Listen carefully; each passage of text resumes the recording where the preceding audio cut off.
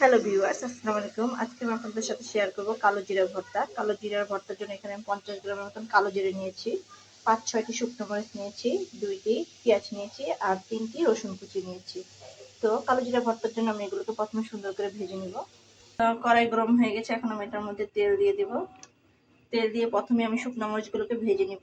যদি আপনারা এইভাবে কালো জিরা ভর্তা বানান তাহলে সেটা মোটেও তিতা লাগবে না।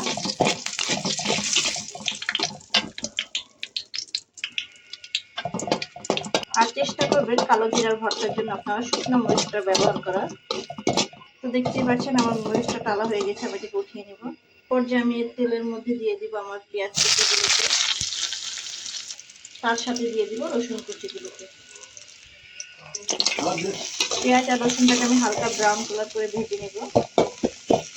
দেখতে পাচ্ছেন আমার পেঁয়াজটা ব্রাউন কালার হয়ে গেছে। এখন আমি এটার মধ্যে আমার কালো জিরাটা দিয়ে দিব। কালো জিরাটা বেশি ভাজা যাবে না, তাহলে ফিকা হয়ে যাবে। কালো জিরাটা চেষ্টা করবেন যত কম ভাজতে পারেন।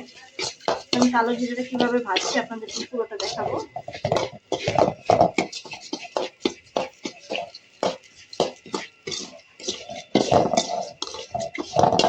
আমার কালো জিরাটা ভাজা হয়ে গেছে, এখন আমি নামিয়ে নেবো, কারণ এটা যদি বেশি হয়ে যায় তাহলে তিতা হয়ে যাবে। আমি এটাকে অনবরত ভাজতে থাকবো। এখন আমি এটাকে ঢেলে নেবো যাতে এটা বেশি না হয়ে যায়। তো এখন আমি আমার কালো জিরা ভর্তাটাকে বেটে নিব। দেখতেই পাচ্ছেন ঢেলে নিয়েছি।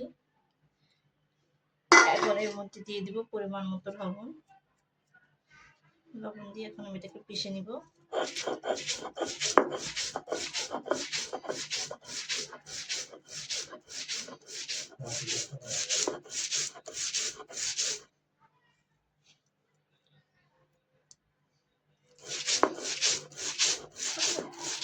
দেখতেই পাচ্ছেন তৈরি হয়ে গেল মজাদার কালো জিরার ভর্তা। আপনারা চাইলে এভাবে কালো জিরার ভর্তা করে দিতে পারেন, যা মোটেও তিতা লাগবে না।